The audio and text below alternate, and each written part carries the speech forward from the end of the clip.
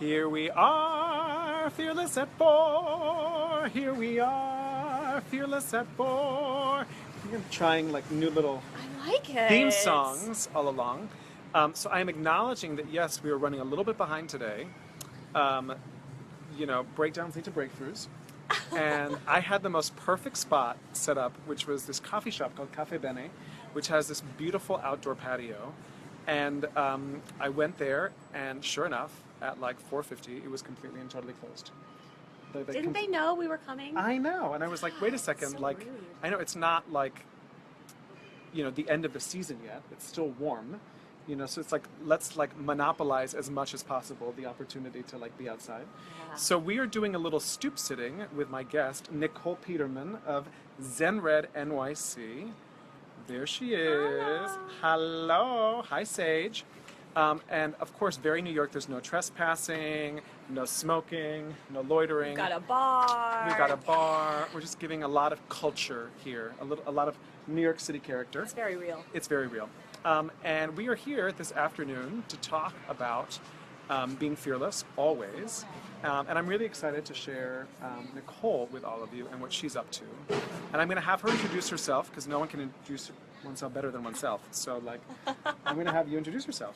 Awesome. So, hi everybody. I'm Nicole Peterman of Zenred NYC, and I am an empowerment coach for artists and creatives. And it's a bit of a long story for how I got here, but I will tell you that I had a 20-year career as a professional musical theater performer and choreographer. Hashtag no big deal. No big deal. I was a New York City Rockette, and I went a Like little trying bit of to- kicking. A lot of kick lines. Yeah. And I went through a pretty massive life change, and coming out of that, recognized that I really wanted to give back to my community and empower creatives, because I saw so much that was happening in the industry around not feeling like you could ask for what you're worth and just not quite sure what to do, because we have all these amazing skills and talents. It's like coming out of our pores, but we weren't really taught business skills, and we were really taught focus and discipline, and so there can be this real disconnect between our talent and our results. And we want results, right? We want to thrive in our creativity, and we actually want to be making a living from these amazing gifts that we have. So that's what's been my driving passion. Awesome. So you can see that there's like a little stream of people who are joining us over Oh, here. hi everybody. Including Jim Posner, who's Yeah, in our Jim. BNI group. So Woo. Nicole and I know each other from BNI, Business Networking International, so we're in the same group, which is BNI Perfect 10. Stick the landing Perfect 10. And anyway, so I want to talk a little bit about your journey. So like, you grew up where? So my father was a fighter pilot in the Air Force, and I grew up all over, mostly in Europe. And so, I think that's why I love New York so much. I've been here for 18 years, and I love the culture, and I love the diversity. And I got a BFA in musical theater at Penn State in dance minor. Yes. So of course, Yes. yes. So of course, Kick line. Oh, that was Let's that do was that a again. lot Let's of do that flavor. again. There we go. There it is. That's a rocket.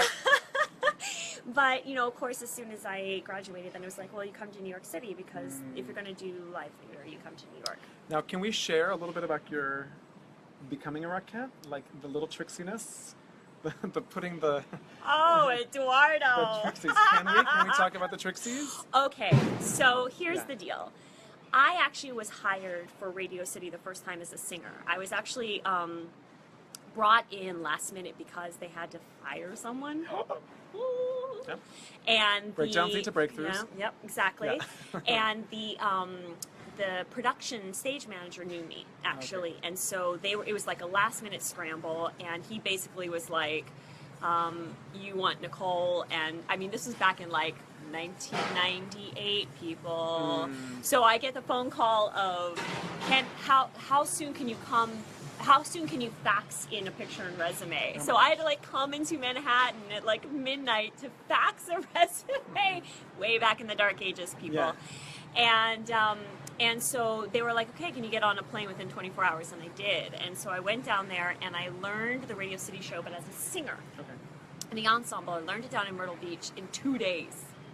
And you know what? That was an awesome thing for me. I think not just as a performer, but as a person, because I realized, oh my God, I could do it. And I Yeah. could do it at a level that was that high. And with Radio City, I'm sure there's lots of people that know that. It's like, you know, there's numbers and there's lines and there's so much that you have to take in a short amount of time. And I did. So it was like a real confidence booster for me. You know what's awesome? I feel like that's one of the things that as performers, you know, sometimes, you know, we're cast into the lion's den, you know, and it like shows you what you're made of.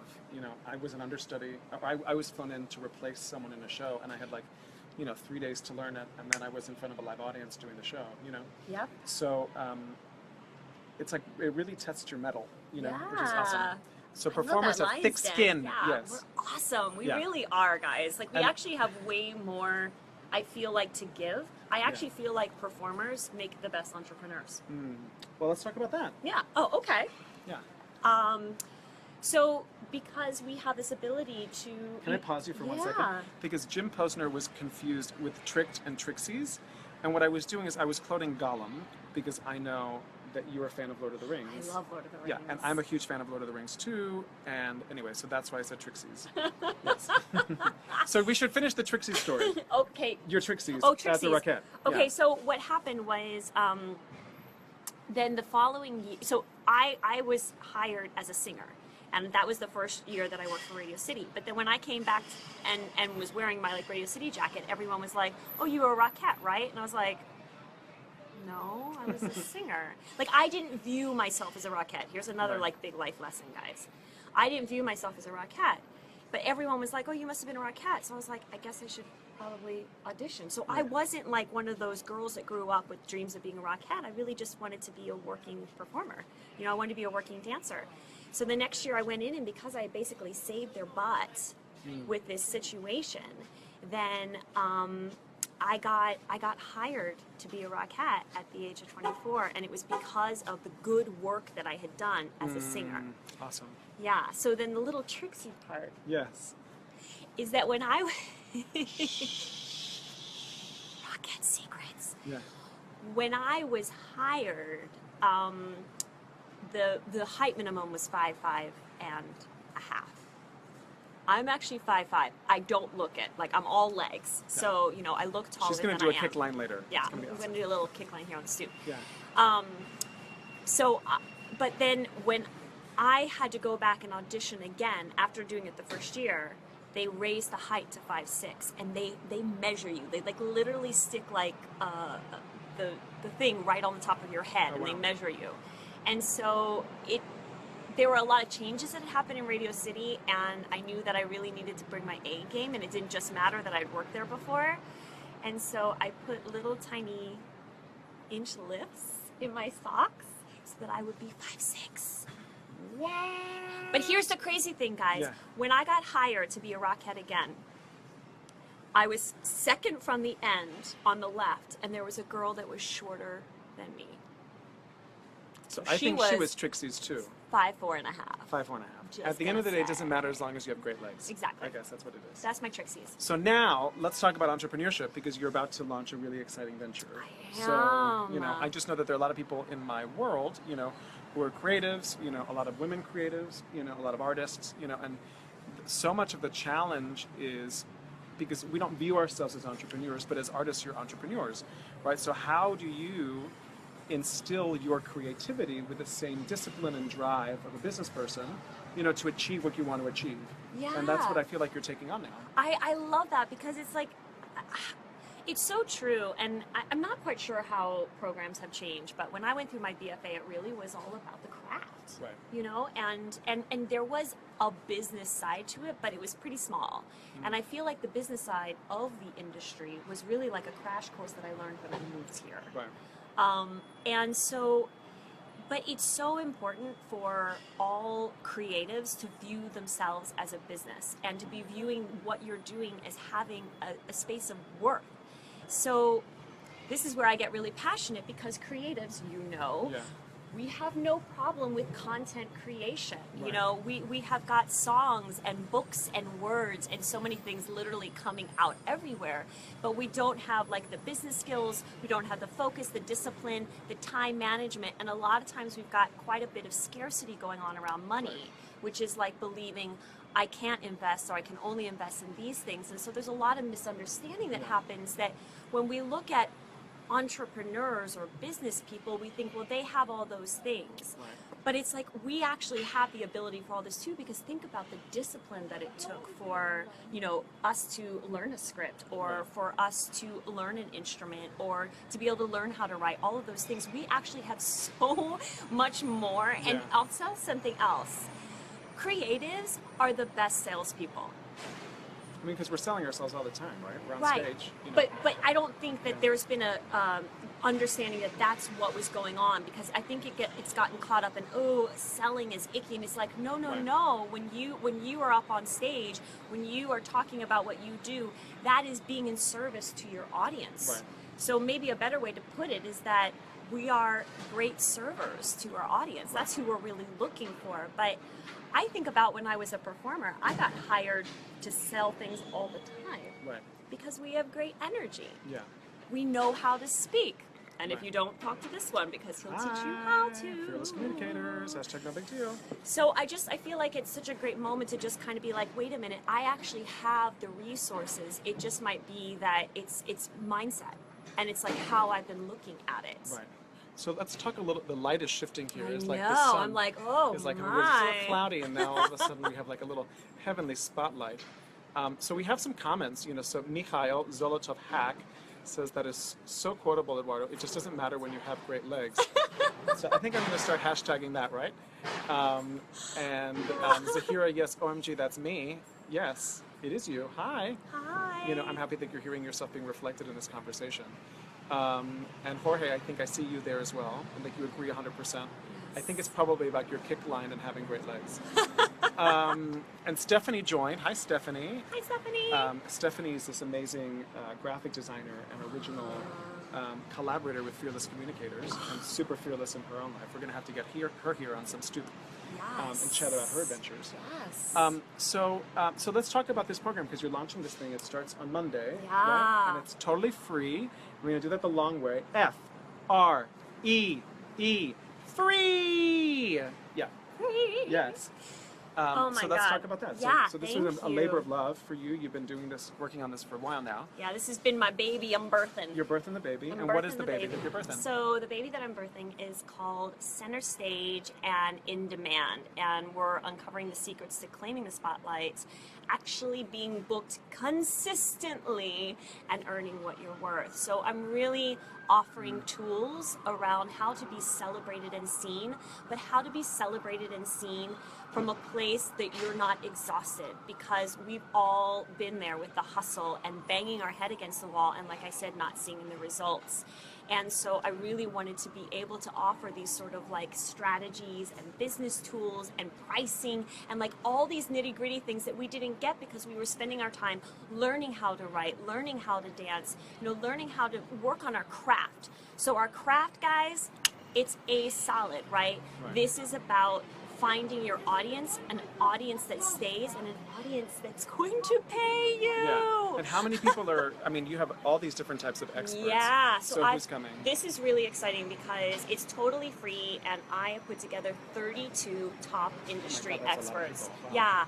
And it's like, honestly, these are people that are rocking it out. They're rocking it out in their creativity. They're rocking it out in their business. They're going to help you with social media. They're going to help you with marketing, with pricing, with strategy, with business. You know, how to really be accessing your creativity, but from a place that's sustainable. Because here's where I get really passionate. Like And there is a garbage truck. There's a garbage truck going us, by right as I'm talking which about is so this. New York City. So, so what's the trash, right? The trash is when we do like Way to use that. Thank Awesome. you. Amazing. The quick flame. Yeah. Right? I'm not about the quick flame. I'm not about the quick fix. It really is about setting you up for a creative life that you're thriving on, because this whole misnomer that we can't make a living from what we love and what drives us and from our mission and purpose, it's baloney. I could say something You can else. say bullshit. Bullshit. Yeah. You know, so it's like, We all see them. We see the celebrities and the entrepreneurs that are turning down work, and that is what I want for all of you guys. I want you guys to be in a place of choice. I want you to be able to be turning down work, and so that means that there need to be things in place. And you know, these people that are successful, they have got some massive things in place. So that's what this is about. We're going to be giving you all the tools you need for that, and you can sign up for that at centerstagetraining.com. And I'll also share that on my Facebook page so Thank people can, you. do that. And I'm just really recommending that all my friends, just sign up. It's totally free. You're not going to miss anything, and it's like a wonderful, you've done amazing work. It's just like curating, all these people whose mission is to help creatives, right? So that they can be creative, and figure everything else out. And I mean, some of these people are incredible. Like they work specifically with musicians, they work specifically with speakers, with photographers, with performers, any of you that are on this path also with Eduardo about speaking. We've got a woman who literally is giving a training on the 12 things you need to be like public speaker, and actually book yourself solid. Awesome. It's like, what? And for free. It's like, come on, like it's an amazing thing. And it's just, this is really my way of giving back and being able to give you these tools so that you can thrive in your creativity, and we can just take this whole starving artist mentality. Let's chuck it out with the trash that just went down the street. Let's take the whole starving thing and chuck it let's take the starving thing out and of the chuck trash. it. Yeah, let's I like now, thrive. like when you were sharing about this woman who does public speaking stuff, there's a part of me that was like, and then I was like, there's abundance on this planet. Do you know what I mean? And like, I think sometimes we get into this space of like there really isn't competition. No. Do you know what I mean? It really is all abundance. You know what? I love that you just said that. Yeah, I just wanted to share that because I just think it's such a to shift from a context of scarcity to shift to a context of abundance. I just think gives us a greater space within which to create, right? Because as creatives, oftentimes it feels like we're creating in a space of famine. Yes. Like there's never enough. Like I'm never going to get any more. And just trusting that, as I learned from a student, who I taught when I was doing the program. I was a teaching artist through the Oregon Shakespeare Festival, and I was in Seattle, and I was working with a group of students, and one of the students asked me if I sang, and I said I did, and then she said, well, will you sing for us? And then I said, well, I only sing show tunes. And she looked at me and she said, you do you, boo-boo. And I was like, what an amazing gift to have that as a lesson, from a high school student to be reminded, you do you, boo-boo. So in the space of you do you, boo-boo, you do you, boo-boo, and do that in a space of abundance, right? I love that you're saying this because I can totally share with everyone here that when I was a performer, when I was auditioning, that I really got caught in the competition cycle. Yeah. I mean, I can remember going in for dance auditions and literally looking at the woman next to me and being like, oh, she's wearing the same color I am, or oh, that's that girl, she always gets. And so you can imagine like going in with that energy, what that was doing, it was totally cutting me off to what I could bring as myself as a dancer. And so what's been so phenomenal launching my own company and being in the entrepreneurial space is that I am told again and again by my business coach, there's no competition. And honestly, I was like, like it was the biggest sense of relief. And then I realized, I was like, this is what my acting teachers have been saying to me for years and years. This is what my dancing teachers. So it doesn't have to be when you have the business guys. It's today. Because it really is you do you. Yeah. And that is what makes you stand out to your audience. And that is what will make you thrive. Because you're not trying to be like someone else. And that is what makes it, like it really... The people that are making it and successful are unabashedly themselves. Yeah. And as I like to say, fearlessly self-expressed. So Teresa and Zahira, you're on here. I think Priska, Leslie. I mean, if you have any questions, Joe Wegner. Hi, Joe Wegner. Nice to see you. Hi, Teresa. Hi, Joe. So Teresa says, be you. Absolutely. Teresa's from Texas. And Zahira says, no competition, only inspiration. Yeah. So are there any questions that you guys have for myself or for Nicole, as we're sitting here on the stoop about to wrap up our are fearless at 4:15 this week. Not fearless at 4. That's how you're keeping them on their toes. I'm keeping them on their toes, Eduardo. exactly. It's always a surprise. Exactly. It's like literally New York City, Michigan. You know, it's just like, oh my God, the best laid schemes of mice and men, you know, go awry. I love So it. Teresa wants to know about the class. So do you want to share just quickly Yes. again what the... So Teresa, you're going to want to go to centerstagetraining.com. centerstagetraining.com, enter your name and email address, and I'm going to send you an email with all the details. It's a totally free 16-day free training where you are going to get all the tools you need around performance, marketing, social media, pricing, strategy, you name it, so that you literally can be you, but that you can be you and make a living from it. Hello, holla. Yeah, so your creativity is thriving. So centerstagetraining.com. Awesome. And is there any like final tip that you'd like to leave everybody with, and any final little thought, like bringing it all together? Oh my goodness. I'll probably come up with something myself. But. You know what? I've been thinking about this a lot as I've been, you know, promoting the training, and there really has been this idea of what it means to claim your spotlight, which I feel comes back to what you were saying around be you and be you, because when you're claiming your spotlight, what I'm talking about is where the lights aren't burning, but the lights feel good, and that you are able to stand center stage, but you're doing it from a place of like ease and confidence, not from like, oh my God, what are they thinking, or is this good enough? You know, it's like that's not sustainable. And so when I talk about claiming the spotlight and this whole idea of being in demand and center stage, I'm talking about it in a way that is healthy, that is loving, that is peaceful, and that ultimately you are standing like on your own 2 feet in that spotlight, and you're like, hell yes, and the audience feels the same way, and you are actually connecting to them, guys. So there isn't a separation between you and who you are as a beautiful creative, but also between you and the audience. What I'm present to in that sharing is that there's a conversation about like the external light, right, that's coming at you, but there's also the internal light, right? So let's talk about that internal light that we suppress, right, which is our fear or our self-doubt, or that I'm not good enough, or I'm not the one, or someone's better than I am, or whatever, which literally prevents and taps your own inner light from shining. So I think what happens when the spotlight hits the inner light, right, you're unstoppable.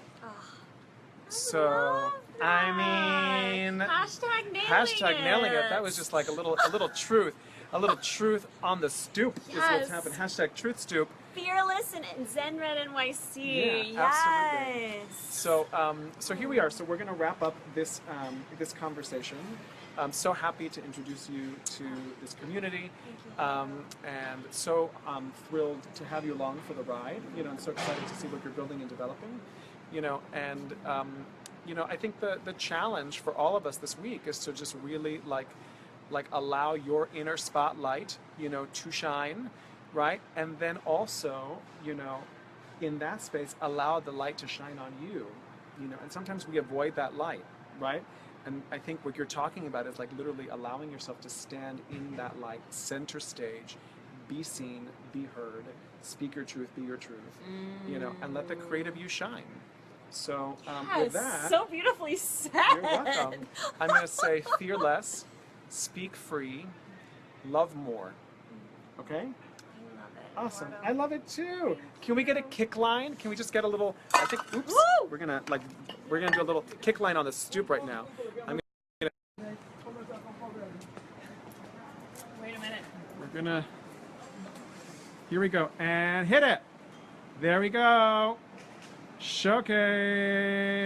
Hit it.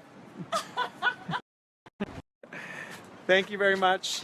Bye, guys. Bye.